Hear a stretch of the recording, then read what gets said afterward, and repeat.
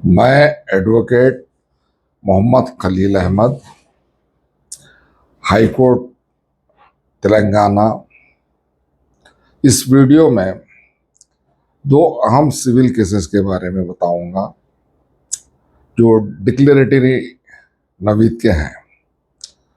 एक declaration of title and perpetual injunction, दूसरा declaration of title recovery of possession. ये दो अलग अलग केसेस हैं डिक्लेरेटरी नवीद के। तो ये कब और कैसे दायर करते हैं वो मैं आपको बता रहा हूं। Declaration of title and perpetual injunction, ये दावा इस वक्त दायर किया जाता है जब आप उस जायदाद के मालिक हैं और कोई थर्ड पार्टी आपके टाइटल यानी आपकी मिल्कियत को चैलेंज कर रहा है और फिर आपके कब्जे में मदाखलत कर रहा है, यानी आपका कब्जा उस जायदाद पर रहना जरूरी है। ऐसी सूरत में आप declaration of title and perpetual injunction का दावा दायर करते हैं। और आपका टाइटल है जायदाद पे, आपने जायदाद खरीदी है यानी तो आपको विरासत में मिली है, बहरहाल आप उस जायदाद के मालिक हैं और आपका कब्जा नहीं है उस जायदाद पे।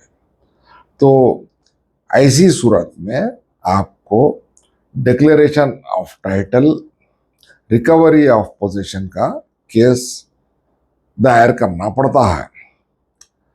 तो इसके लिए लिमिटेशन पीरियड होता है और जो पहला मुकदमा हमने बताया है कि जो डिक्लेरेशन ऑफ टाइटल और परपेचुअल इंजंक्शन, इसमें लिमिटेशन 3 साल का होता है।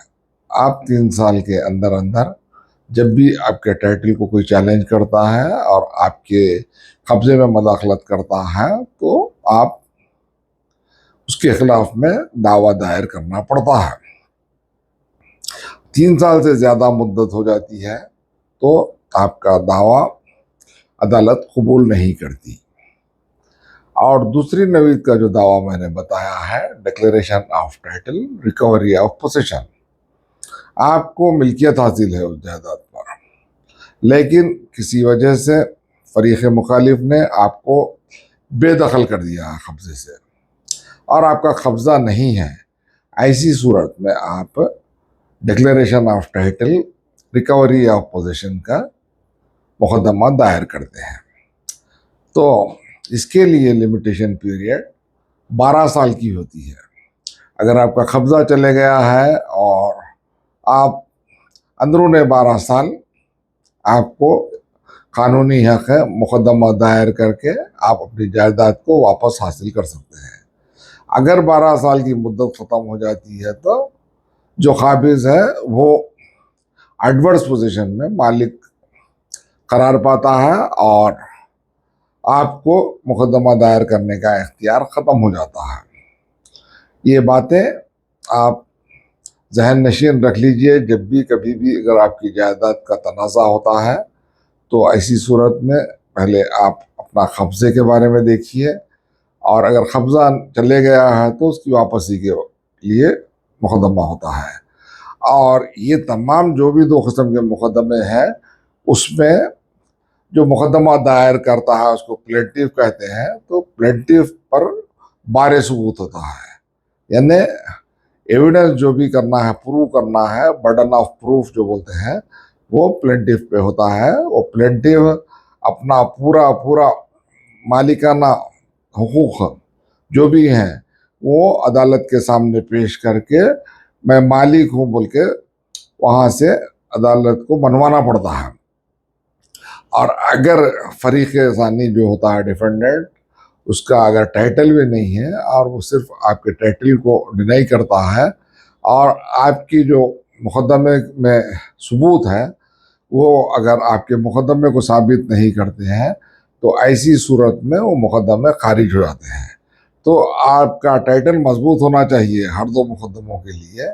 और आप फरीक सानी के हुकूक के बारे में गौर नहीं करना चाहिए कि सामने वाले के पास कुछ भी नहीं है और हम जीत जाएंगे बोल के, ऐसा नहीं तस्वुर कर सकते हैं आप। सिविल कार्डिनल प्रिंसिपल जो है वो यही है कि burden of proof at the shoulder of the plaintiff रहता। और जब भी आप ऐसी सूरत से दो चार हैं तो आपको हम मशवरा देते हैं कि किसी सीनियर काबिल सिविल एडवोकेट से रुजू होके आप लिटिगेशन का असेसमेंट करा लीजिए। इवॉल्वेशन जो हम कहते हैं कि किस किस्म का लिटिगेशन है, उसके बाद में कानूनी कार्रवाई कीजिए। अगर ऐसा नहीं करते हैं और सीधा सीधा अदालत में केस ठोक देते हैं तो नुकसान होने का अंदेशा रहता है।